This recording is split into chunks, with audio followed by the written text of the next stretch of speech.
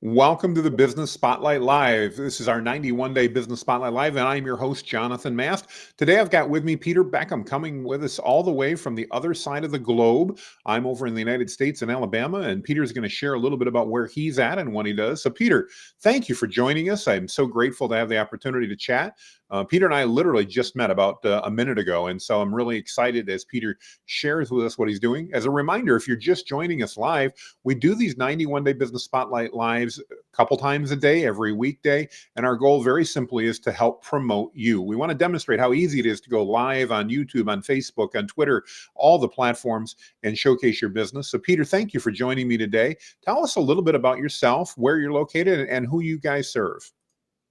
My pleasure, Jonathan. I'm located in a remote little Thai village up near the Cambodian border with a huge population of about 400 people, right? I'm the only one that speaks English for 100 miles around me, so I'm basically the United Nations for this particular part of the world, right? I love it. That's my location. I'm here because I married the most beautiful woman in the world 27 years ago, and she's Thai, and we moved to this village to look after her parents. That's the background, okay? And hence, I picked up a tagline called The Village Marketer, which is pretty obvious, right? Okay. Mm-hmm. So that's a bit about that. What do I do? What an interesting question that is, Jonathan, because sometimes I'm a coach, sometimes I'm an accountability partner, sometimes I'm a person that tells people, hey, get off your butt and do the right thing. Sometimes it's a matter of holding you accountable to yourself.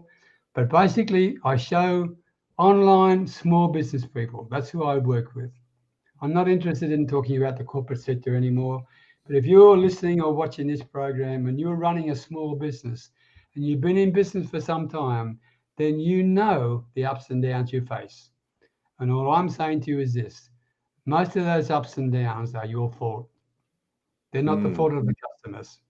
Okay, this might be a little bit dramatic, but it's the truth, right?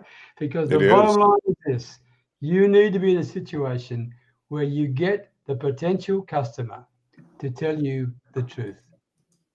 Okay, so this is what I do. I teach people and I coach them and I hold their hand and I hug them and love them and everything else I can possibly do to get them to have a conversation with a potential client, whereby they will grow their business by deliberately not trying to sell anything. I How about love the that? way you do that, and I love the objective of providing value, and again trusting that will carry on through. What an interesting story! I love how when I asked where you were at, and you told me that if I found you, I must surely be lost. I love that. That was such a great and memorable line. I'm going to have to borrow that from you, Peter. I think that was just amazing. As you Appreciate. work with as you work with small businesses and online businesses, it sounds like you do more than just marketing. You also provide them with some consulting to help them succeed and understand things. Talk to us a little bit about the services that you do provide, Peter, and how do you help these online businesses grow and succeed? A lot of online businesses are struggling. And they're either struggling because of cash flow, or they're struggling because they haven't got enough people to talk to, or they're struggling because they they're talking to a lot of people, but they're not converting them into customers. And all those issues are very common. Okay. And in fact, most of the people I talk to who are in the worst case scenario are coaches. They are really good at what they do. They're passionate about what they do, but they don't know how to position themselves in such a way that makes them feel comfortable without thinking they're trying to sell themselves. So I show them how to talk to people in such a way that the people think, oh my God, Jonathan, I wish I'd met you 10 years ago. That's what I try to do. It's I complete. love that. It's counterintuitive to typical sales training. It's the absolute opposite of sales training, because I will show you never chase a customer. Never, ever do that. Never try and close a customer. All these terms for sales, right? Never try to to convince, persuade, or anything. Don't do that at all.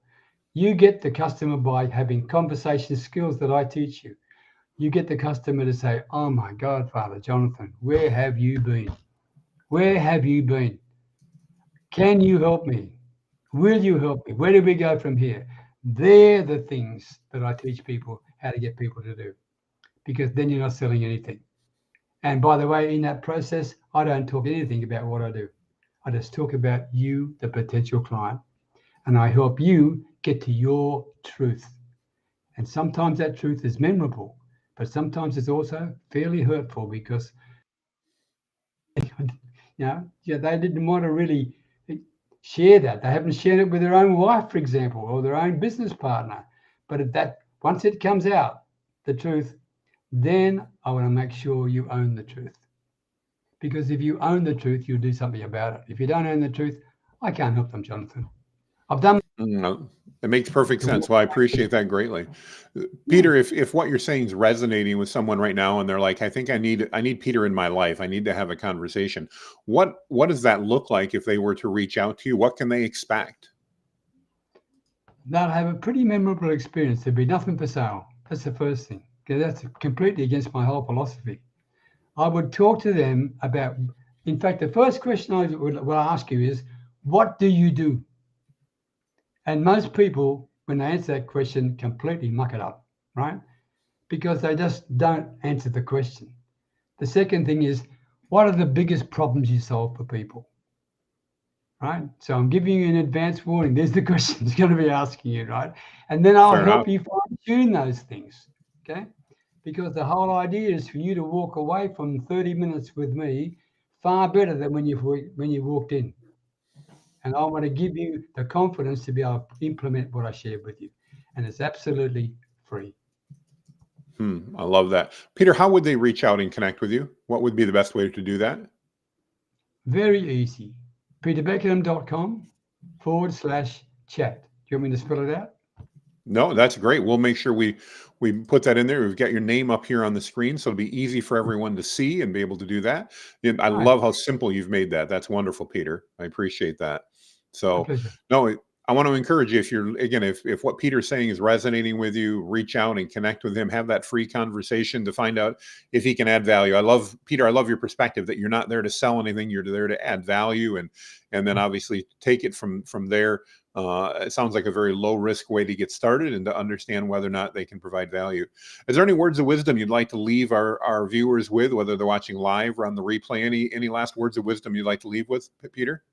Yeah, very quickly, especially if you're a small business person.